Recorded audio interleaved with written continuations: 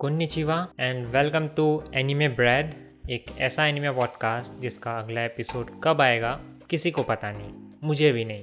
सबसे पहला न्यूज़ जो मैंने कवर नहीं कर पाया था, मैं चाहता था इसके बारे में separate video banana, but I think यही बोल देते हैं। ब्लू बॉक्स को फाइनली एक एनिमे एडेप्टेशन मिल गया। ये बहुत पुराना न्यूज़ है एक्चुअली, बट फिर भी मुझे कवर करना था इसको। अगर आपको ब्लू बॉक्स के बारे में नहीं पता तो ब्लू बॉक्स शोनन जंप में ही एक रोमांस मांगा है, एक रोमांस स्पोर्ट्स मांगा। जो हमारा मेन कैरेक्टर है ताइकी, वो एक बैडमिंटन प्लेयर है और ये जो है इसका नाम है चिनात्सु, उसकी सेनपाई है और ये एक बास्केटबॉल प्लेयर है। ताइकी का चिनात्सु के ऊपर क्रश है एंड ट्विस्ट ये होता है कि चिनात्सु के जो पेरेंट्स हैं वो बाहर जा रहे हैं एंड सरप्राइजिंगली चिनात्सु की मॉम और जो ताइकी की मॉम है वो दोनों दोस्त थे, तो चिनात्सु अब ताइकी के घर में रहने वाली है। तो इस तरह से इसकी स्टोरी स्टार्ट होती है एंड उसके बाद एक टिपिकल रोमांस मांगा टाइप का है, बट इसमें स्पोर्ट्स एलिमेंट्स भी हैं और रोमांस एनिमे के जो भी ट्रोप्स होते हैं वो हैं इसमें। लाइक ऐसा नहीं है कि होरीमिया टाइप का है। होरीमिया बहुत ही यूनिक रोमांस एनिमे है, मुझे पर्सनली बहुत पसंद है होरीमिया, क्योंकि मिसअंडरस्टैंडिंग जो होते हैं वो रोमांस एनिमे में बहुत ज़्यादा होते हैं, बट होरीमिया में ऐसा कुछ नहीं होता। लाइक होरीमिया में जब मिसअंडरस्टैंडिंग हुआ था होरी को कि मियामुरा किसी और लड़की के साथ घूम रहा था, तो होरी जाके डायरेक्ट उससे पूछती है और वो चीज़ क्लियर हो जाता है। बट बाकी रोमांस एनिमे में ऐसा नहीं होता, मिसअंडरस्टैंडिंग होते हैं फिर वो बढ़ते जाते हैं। तो उसी टाइप का ये भी है, उसमें भी रोमांस के जो बेसिक ट्रोप्स होते हैं वो सब हैं, बट फिर भी एक बहुत ही होलसम स्टोरी है और बहुत ही पॉपुलर भी है। ये न्यूज़ आर्टिकल में भी आप देख सकते हैं, बिगेस्ट मॉडर्न रोमांस सीरीज कहा गया है, तो यह बहुत ही पॉपुलर है ये एंड आई होप कि इसको एक अच्छा एडेप्टेशन मिले। उसके बाद वन पीस का लाइव एक्शन, जिसने लाइव एक्शन वाली चीज़ें नहीं की जो टिपिकल लाइव एक्शन करते हैं, यानी ख़राब स्टोरी कर देना, मांगा को देखना ही नहीं, कुछ भी एकदम बकवास कर देना, वैसा वन पीस सीज़न 1 ने नहीं किया एंड इसलिए इतना पॉपुलर भी था, इतने लोगों ने पसंद भी किया एंड इसका सीज़न 2 का प्रोडक्शन स्टार्ट हो चुका है। And production means I think shooting वूटिंग वो सब अभी भी टाइम लगेगा, ऑब्वियसली शूटिंग के बाद एडिटिंग होगा, पोस्ट प्रोसेसिंग वो सब चीज़ें होंगी, एटलीस्ट 10-11 मंथ्स, एक साल मान सकते हैं। बट या वन पीस का सीज़न 2 का प्रोडक्शन स्टार्ट हो चुका है। उसके बाद अगला जो है वो है आर्केन से रिलेटेड, आर्केन का सीज़न 2 जो कि उसका फाइनल सीज़न होने वाला है। कम से कम जो स्टोरी है आर्केन सीज़न 1 में, जो स्टोरी स्टार्ट हुई थी जिंक्स और वाई की, उसका कम से कम एंड हो जाएगा सीज़न 2 में, जो कि अच्छी बात है। इसको खींच नहीं रहे हैं और अगर आपने आर्केन नहीं देखा है तो आपको देखना चाहिए, क्योंकि स्टोरी काफ़ी अच्छी है और आर्ट भी बहुत ही अच्छा है। आई डोंट थिंक आपको बताने की ज़रूरत है आर्ट इसका कितना अच्छा है। आप इसके आर्ट इसको यहीं पे देख सकते हैं सीज़न 2 के ट्रेलर में एंड या और हाँ, ये टेक्निकली एनीमे नहीं है, क्योंकि आई थिंक ये यूएस में बन रहा है, नहीं यूएस सॉरी यूरोप के कोई I think French animation company इसको बना रही है।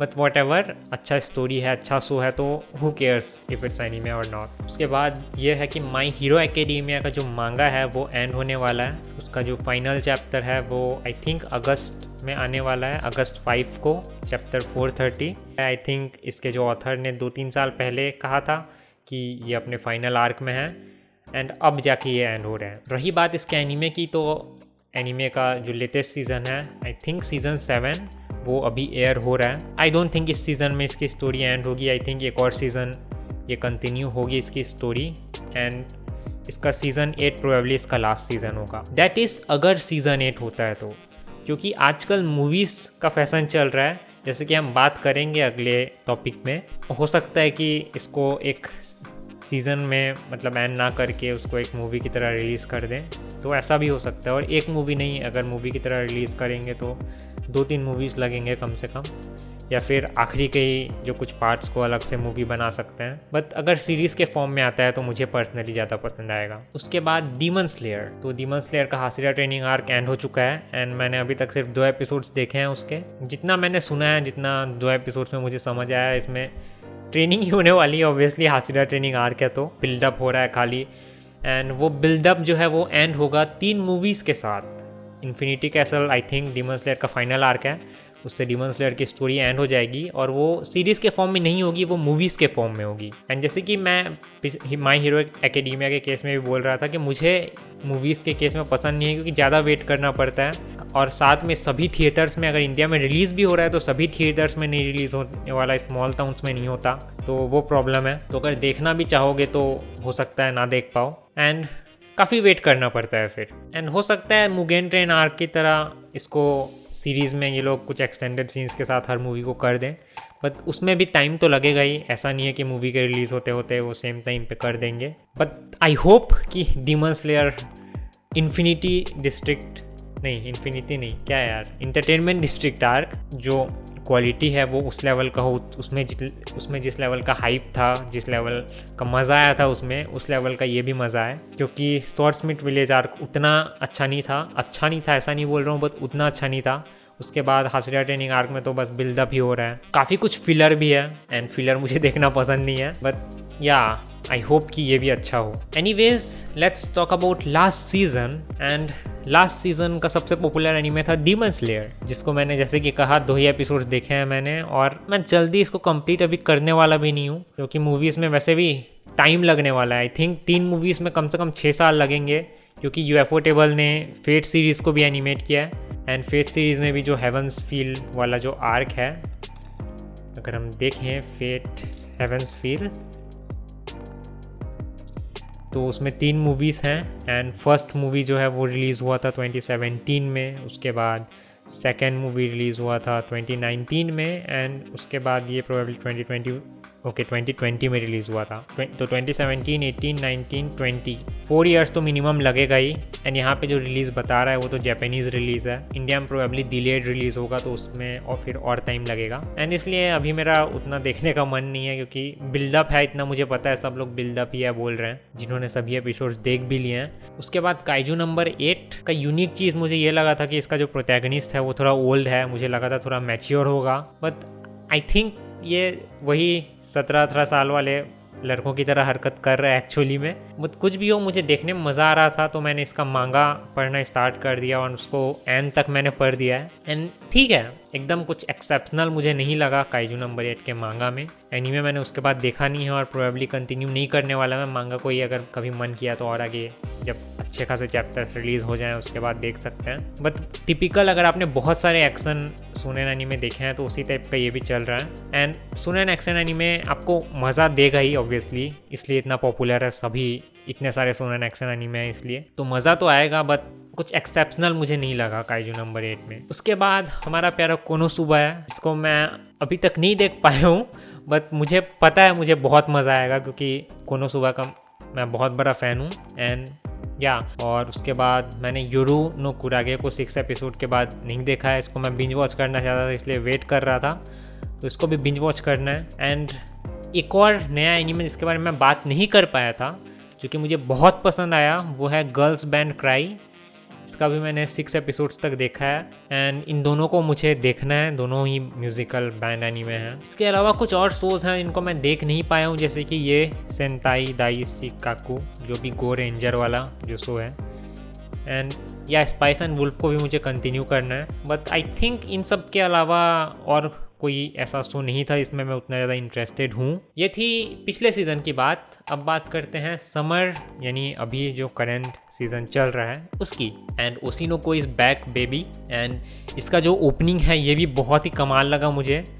आई थिंक सीज़न 1 का ओपनिंग ज़्यादा बेहतर है, बट सीज़न 2 का भी इसका जो ओपनिंग है बहुत ही अच्छा है। अगर आपने नहीं देखा है तो जाके देखना चाहिए आपको। एंड इसका मांगा भी मैं कंटिन्यूसली पढ़ रहा हूँ, एंड मुझे पर्सनली मज़ा आ रहा है। कंट्रोवर्सी चल रहा है अभी बेस्ट गर्ल के बारे में, बट ठीक है। उसके बाद मैं जिस शो के लिए इंटरेस्टेड हूँ वो ये है, ये भी दोगा कोबो ही एनिमेट कर रहे हैं, जो कि ओशिनोको को एनिमेट कर रहे हैं। इस शो का नाम है तोकी तोकी बोसोत्तो रसिया को दे देरेरू तोनारिनो आलिया सान, या फिर Alya sometimes hides her feelings in Russian. तो इसमें एक लड़का है, एक लड़की है। इस लड़की का नाम प्रोबेबली आलिया है या अलिसा मिखाइलोवना कुजो, जो ये रसियन है। आई थिंक हम इसको प्यार से आलिया बुला सकते हैं। ये जो है ये इस लड़के से फ्लर्ट करती है रसियन में। इसको लगता है कि इस लड़के को रसियन नहीं आता। ट्विस्ट यह है कि इस लड़के को रसियन आता है। तो या एकदम कोई दिमाग घुमा देने वाला प्लॉट नहीं है, बट मुझे इसी टाइप की रोमांस स्टोरीज पसंद आती हैं, and I will be watching this. उसके बाद इसेकाई सुसाइड स्क्वाड, मैंने इसका एक एपिसोड देखा and Harley Quinn was amazing, but I don't think मैं इसको कंटिन्यू करने वाला हूँ। मुझे नहीं लगा कि मैं इसको उतना पसंद करूँगा, तो या आई डोंट थिंक मैं इसको कंटिन्यू करने वाला हूँ। बाय द वे ये कोड गियास का नया रिलीज़ किया था सनराइज़ ने, एंड सनराइज़ ने ऐसे ही Code Geass I think resurrection जो किया उसके बाद ये सब जो ट्राई किए हैं कोड गियास के जो भी नई नई चीज़ें सभी लगभग फ्लॉप ही हो रही हैं। एंड इसको मैंने देखा नहीं है but I don't think rating के हिसाब से ये इतना ज़्यादा पसंद आ रहा है लोगों को, बट आई थिंक मैं इसको 2-3 एपिसोड्स ट्राई करूँगा क्योंकि कोड गियास का एनीमे है, नया एनीमे है। तो या उसके बाद किमी नी तोदोके भी 3rd सीज़न इसका कब आएगा एग्जैक्ट बताया नहीं, अगस्त लिखा है वैसे बट किस अगस्त को आएगा वो हमें पता नहीं है। एंड ये बहुत ही सरप्राइजिंग लगा था मुझे क्योंकि 2nd सीज़न इसका आई थिंक 2011-12 में था या 2011 में, एंड अब जाके इसका 3rd सीज़न आ रहा है। उसके बाद एक और इंटरेस्टिंग शो जो मुझे लगा है वो है गिजी हारे। सबसे पहले तो इसका म्यूज़िक का जो सॉन्ग है जो ये ओपनिंग होगा या फिर एंडिंग होगा, प्रोबेबली ओपनिंग ही होगा, वो मुझे अच्छा लगा। तो मेन जो चीज़ है वो आपको समझना है। अगर आप हारेम मतलब जानते हैं, हारेम एनीमे में एक लड़का होता है और बहुत सारी लड़कियाँ होती हैं जो उसको पसंद करती हैं, तो इस एनीमे में ये एक लड़की ही वो सभी लड़की है जो उस लड़के को पसंद करती है। मतलब ये लड़की खुद में एक हारेम है, ये इस लड़के को पसंद करती है एंड इसको इम्प्रेस करने के लिए अलग अलग पर्सनैलिटीज़ में स्विच करती है ये। एंड मैंने देखा नहीं है बट प्रोबेबली कभी सुंदरे बन जाती होगी, कभी कुदेरे, जितना मुझे इससे समझ आया है। एंड ये आई थिंक आपने जितने ज़्यादा रोमांस एनीमे देखे होंगे, जितने ज़्यादा अलग अलग गर्ल्स के बारे में आपको पता होगा, जितने ज़्यादा अलग ट्रोप्स आपको पता होंगे उतना ज़्यादा मज़ा आएगा आपको। तो ये भी बहुत ही इंटरेस्टिंग है। एंड आई थिंक मैंने कहीं पे यूट्यूबर्स के बारे में भी एक एनीमे देखा था या ये मायोनाका पंच, तो ये भी बहुत ही इंटरेस्टिंग लग रहा है मुझे। उसके बाद एक ये भी है सोसीमिन जो कि मुझे ह्योका टाइप का लगा थोड़ा थोड़ा, इसके प्लॉट से तो नहीं बट इसके आर्ट स्टाइल से। इसका जो मेन कैरेक्टर है मुझे ह्योका के जो मेन कैरेक्टर है ओरिकी की तरह लग रहा है। एंड इसमें भी जानरा जो है वो मिस्ट्री का है एंड ह्योका भी एक मिस्ट्री एनीमे है। एंड उसमें जो मेन कैरेक्टर था वो था होतारो ओरेकी एंड इसमें है जोगोरो, होतारो एंड जोगोरो। एनीवेज ये सीज़न बहुत मज़ा आने वाला है लग रहा है मुझे, और इसका अगला सीज़न तो और भी अच्छा है बट आई डोंट थिंक उसके बारे में ज़्यादा बात करना चाहिए क्योंकि री-ज़ीरो फाइनली वापस आ रहा है, ब्लू बॉक्स भी अगले सीज़न आ रहा है, उसके बाद देन आ रहा है। एंड साइंस सारू को अगर आप नहीं जानते तो साइंस सारू काफ़ी वियर्ड टाइप के जो शोज़ हैं उसको साइंस सारू एनिमेट करता है। एंड देन और साइंस सारू का जो मिलन हुआ है यहाँ पे ये बहुत ही परफेक्ट है क्योंकि देन भी एक बहुत ही वियर्ड टाइप का एनीमे है। तो या उसके बाद सांग्रीला फ्रंटियर का भी 2nd सीज़न आ रहा है। एंड वाई द हैक आरिफुरे इतना ज़्यादा पॉपुलर है सांग्रीला फ्रंटियर और आओ नो हाको से, कि आओ नो हाको का तो समझ आता है अभी तक सीज़न 1 रिलीज़ नहीं हुआ है but Shangri La frontier definitely better था आरिफुरेटा से। What the hell dude. Anyways इतना ही बात करना था मुझे इस वीडियो में। Bye bye.